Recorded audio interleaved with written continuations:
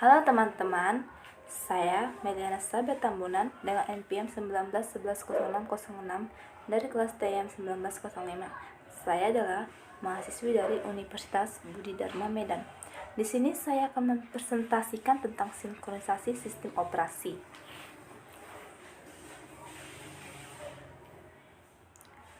Pengertian sinkronisasi. Ketika mempelajari ilmu komputer, pastinya kita akan menemukan bagian yang membahas tentang sinkronisasi. Sinkronisasi ini mengacu pada salah satu dari dua proses yang berbeda, tetapi saling berkaitan satu sama lainnya.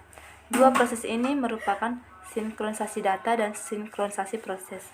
Inti dari permasalahan sinkronisasi ini nantinya akan mengacu pada sebuah gagasan yang di dalamnya terdapat banyak proses yang pada titik tertentu akan bergabung dalam rangka untuk mencapai sebuah kesepakatan ataupun komitmen untuk suatu urutan tindakan tertentu. Sinkronisasi ini mengacu pada gagasan yang menjaga beberapa salinan dari dataset yang ada dalam koherensi antara satu sama lainnya. Ilustrasinya begini. Jadi, sinkronisasi itu lebih jelasnya merupakan akses secara berbarengan untuk berbagi dua bersama dalam mengakibatkan inkonsistensi data. Pemeliharaan konsistensi data memerlukan mekanisme yang tepat untuk memastikan eksekusi dari proses kerjasama. Sinkronisasi ini dibutuhkan ketika menemukan sebuah kasus yang menyebabkan ketidakkonsistenan data sehingga data menjadi tidak konkuren. Jadi, pada proses sinkronisasi primitif, biasanya yang digunakan adalah untuk mengimplementasikan sinkronisasi data dan proses ini dilakukan oleh fungsi lain di luar sistem utama dari sistem operasi. Manfaatnya sebagai berikut. Adanya akses data yang sama yang dilakukan secara bersamaan bisa saja menyebabkan data menjadi tidak konsisten. Agar semua data yang ada tetap konsisten, membutuhkan mekanisme-mekanisme agar bisa dipastikan proses eksekusi berjalan. Adanya race condition yang merupakan kondisi di mana beberapa proses mengakses dan memanipulasi data secara bersamaan akan membuat nilai terakhirnya nanti bergantung dari proses mana yang duluan diakhiri. Oke, next. Ada beberapa perangkat yang digunakan saat sedang menjalankan proses sinkronisasi, yaitu sebagai berikut. Ketika masalah critical section terjadi, maka salah satu langkah yang bisa digunakan untuk menanganinya yaitu instruksi test and set yang merupakan bentuk dari instruksi atomik.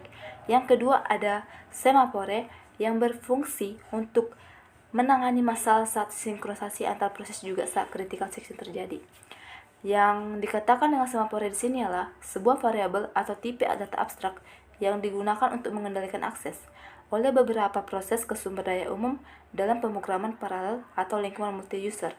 Agar lebih mudah memahaminya, anggap saja semaphore sebagai sebuah catatan terhadap banyaknya unit sumber data tertentu yang tersedia. Karena ketika ingin menggabungkan suatu operasi untuk mendapatkan catatan yang banyak, akan dibutuhkan beberapa banyak unit yang tersedia. Semaphore juga disebut sebagai alat yang berguna dalam hal pencegahan kondisi perebutan sumber daya. Akan tetapi, penggunaan semaphore belum menjamin semua masalah akan teratasi. Semaphore terbagi dua, yang untuk menghitung jumlah sumber daya disebut dengan countering semaphore.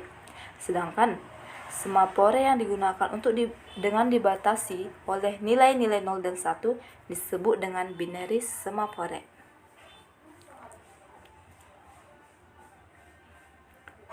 Critical section merupakan masalah umum yang sering terjadi.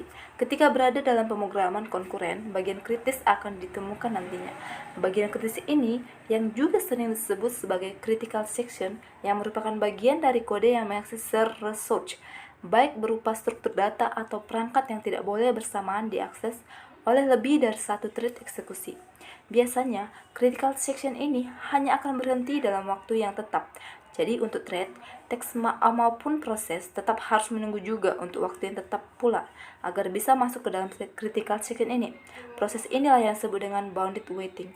Beberapa mekanisme sinkronisasi ini diperlukan pada saat entry dan exit dari critical section untuk memastikan suatu penggunaan yang inklusif, misalnya penggunaan perangkat sinkronisasi, salah satunya seperti semaphore.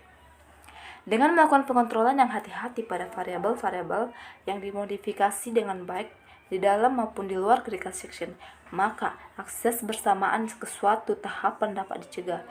sehingga critical section yang biasa digunakan ketika sebuah program multithreaded akan merubah beberapa variabel yang terkait tanpa harus membuat konflik dengan thread terpisah lainnya. Dalam situasi terkait, bagian kritis dapat digunakan untuk memastikan search result, misalnya seperti printer hanya dapat diakses oleh satu proses pada suatu waktu. Oke, sekian dan terima kasih presentasi dari saya. Semoga sekalian dapat dipahami dan bermanfaat.